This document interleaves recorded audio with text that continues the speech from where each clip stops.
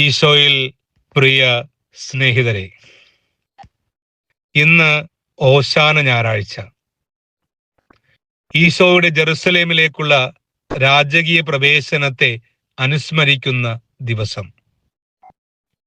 നമ്മുടെ നീണ്ട ഒരു നോമ്പുകാല യാത്രകളിൽ നിന്ന് വ്യത്യസ്തമായിട്ട് കുറെ കൂടി സന്തോഷവും ആവേശവും നമ്മിൽ ഉണർത്തുന്ന ഒരു ദിവസമാണിന്ന്.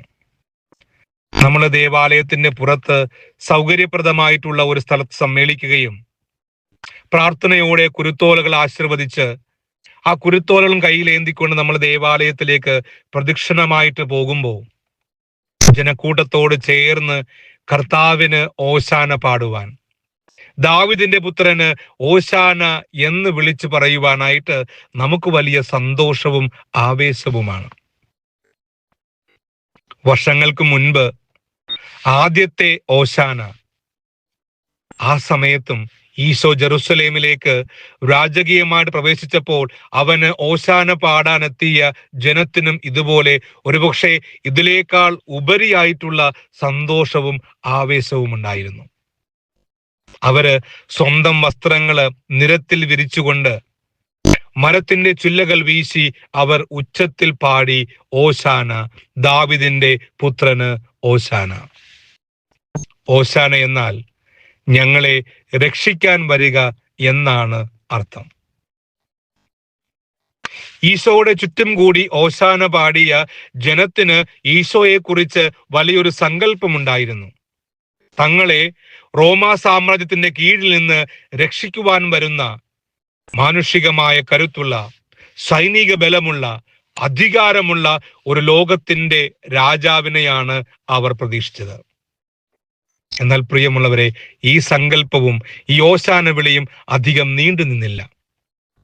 ദുഃഖവെള്ളിയിലേക്ക് എത്തുമ്പോൾ പീലാത്തോസിന്റെ അരമനയില് വിധിവാചകം കാത്തു നിൽക്കുന്ന ഒരു കൊലയാളിയെ പോലെ, പരാജിതനെ പോലെ നിസ്സഹായനായി നിൽക്കുന്ന ഈശോയെ കണ്ടപ്പോൾ ആ ജനത്തിന് മനസ്സിലായി, തങ്ങൾ ആഗ്രഹിച്ച, തങ്ങളുടെ സങ്കല്പത്തിലുള്ള ഒരു രാജാവല്ല ഇവൻ. ഞങ്ങളെ രക്ഷിക്കുവാൻ കഴിവുള്ള ഒരു രാജാവല്ല ഇവനെന്ന് മനസ്സിലാക്കിയപ്പോൾ ആ ജനം പ്ലേറ്റ് മാറ്റിയിട്ട് ഓശാന പാടിയ അതേ നാവുകൊണ്ട് അവര് ഉച്ചത്തിൽ വിളിച്ചു പറഞ്ഞു, അവനെ ക്രൂശിക്കുക, അവനെ ക്രൂശിക്കുക. ഇവന് ഞങ്ങളുടെ കാര്യത്തിൽ ഇനി ഇടപെടാൻ പറ്റില്ല. ഞങ്ങൾ രക്ഷിക്കാൻ പറ്റുന്ന മാനുഷികമായിട്ടുള്ള ബലമുള്ള, അധികാരമുള്ള ഒരു രാജാവല്ല എന്ന് മനസ്സിലാക്കിയപ്പോൾ അവർ അവനെ തള്ളിപ്പറഞ്ഞുകൊണ്ട് വിളിച്ചു പറഞ്ഞു, അവനെ ക്രൂശിക്കുക, അവനെ ക്രൂശിക്കുക. പ്രിയമുള്ളവരെ, ഈ ജനം ഇങ്ങനെ ഒരു രാജാവിനെ പ്രതീക്ഷിച്ചപ്പോൾ നമുക്കറിയാം, ഈശോ ജെറുസലേമിലേക്ക് രാജകീയമായി പ്രവേശിക്കുമ്പോൾ അവൻ ആ ഓശാന വിളിയുടെ ആരവത്തിൽ ആനന്ദിക്കാൻ വേണ്ടിയല്ല ഈശോ കഴുതയുടെ പുറത്ത് കയറി ജെറുസലേമിലേക്ക് യാത്രയായത്. മറിച്ച് തൻ്റെ ജനം മരിക്കാതിരിക്കുവാൻ, തൻ്റെ ജനം നഷ്ടപ്പെടാതിരിക്കുവാൻ വേണ്ടി, അവർക്ക് വേണ്ടി കൊലക്കളത്തിലേക്ക്, കാൽവരിയിലെ കുരിശിലേക്ക് അവൻ നടന്നു നീങ്ങുകയായിരുന്നു. അവന്റെ ജെറുസലേം പ്രവേശനം ഒരു കൊലക്കളത്തിലേക്കുള്ള യാത്രയായിരുന്നു. നമുക്ക് ഇന്നീ ഓശാന ആഘോഷിക്കുമ്പോൾ ദുഃഖവെള്ളിയെ മാറ്റി നിർത്തിയിട്ട് ഒരിക്കലും നമുക്ക് ഓശാന ആഘോഷിക്കുവാൻ സാധ്യമല്ല. കാരണം അവന്റെ ജെറുസലേമിലേക്കുള്ള രാജകീയ പ്രവേശനം അത് കുരിശിലേക്കുള്ള പ്രവേശനമായിരുന്നു. കുരിശ് മരണത്തിലേക്കുള്ള അവന്റെ യാത്രയായിരുന്നു. പ്രിയമുള്ളവരെ, നമ്മൾ ഇന്ന് ഈ ഓശാന ആഘോഷിക്കുമ്പോൾ നമ്മൾ ഏത് ഗണത്തിൽ പെടും എന്ന് നമുക്ക് നമ്മളെ തന്നെ ഒന്ന് ആത്മശോധനയ്ക്ക് വിധേയമാക്കാം. ഏതൊരു മനുഷ്യനും അവന്റെ സന്തോഷത്തില്, സൗഭാഗ്യത്തില്, ആനന്ദത്തില് വാതോരാതെ ദൈവത്തെ സ്തുതിക്കുവാനും ആരാധിക്കുവാനും അവനെ പ്രഘോഷിക്കുവാനും സാധിക്കും. നമുക്ക് ദൈവത്തിൽ നിന്ന് അനുഗ്രഹങ്ങൾ കിട്ടുമ്പോൾ നമ്മൾ സാക്ഷ്യം നൽകും, ഉപകാരസ്മരണ കത്തുകൾ നൽകും, നമ്മൾ വാനോളം കർത്താവിനെ പുകഴ്ത്തും, ആരാധിക്കും. പക്ഷെ എന്നാൽ നമ്മളുടെ തകർച്ചയുടെ, രോഗത്തിന്റെ, കഷ്ടതയുടെ ദിനത്തില് നമുക്ക് അതേ ആരവത്തില്, അതേ ആവേശത്തില് കർത്താവിന് ഓശാന പാടുവാൻ, കർത്താവിനെ സ്തുതിക്കുവാൻ, ആരാധിക്കുവാൻ നമുക്ക് സാധിക്കുമോ എന്നുള്ള ചോദ്യമാണ് ഈ ഓശാന ദിനത്തില് നമ്മുടെ മുൻപിൽ ഉയരുന്ന ചോദ്യം. നമ്മൾ ജോബിന്റെ ജീവിതത്തിൽ കാണുന്നുണ്ട്. ജോബിനെ കുറിച്ച് ദൈവം പറയുന്നുണ്ട്, അവൻ നീതിമാനായിട്ടുള്ള ഒരു മനുഷ്യനാണ്. പക്ഷെ സാത്താൻ പറയും, സൗഭാഗ്യത്തിൽ ആരാണ് ദൈവത്തെ തള്ളിപ്പറയുക?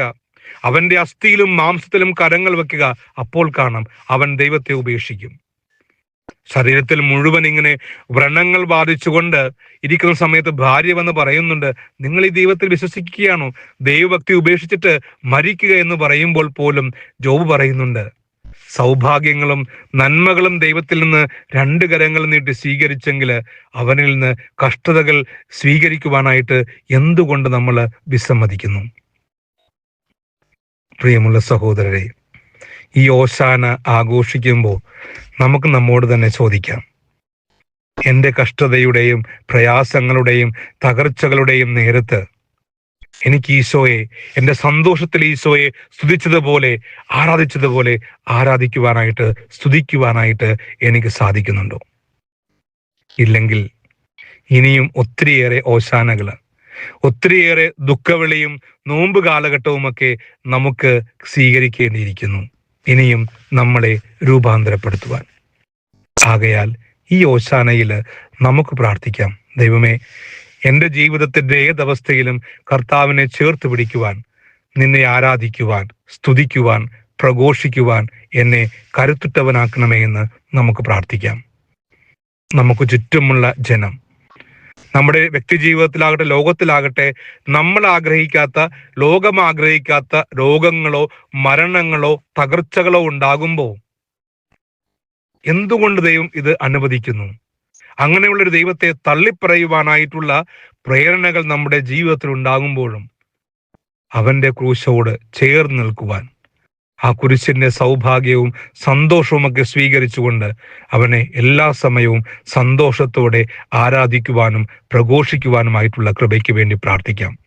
അതിന് ഈ നോമ്പ് കാലഘട്ടവും ഈ വിശുദ്ധവാരവും ഈ ഓശാനയും നമ്മളെ പ്രാപ്തരാക്കട്ടെ. ആമേൻ.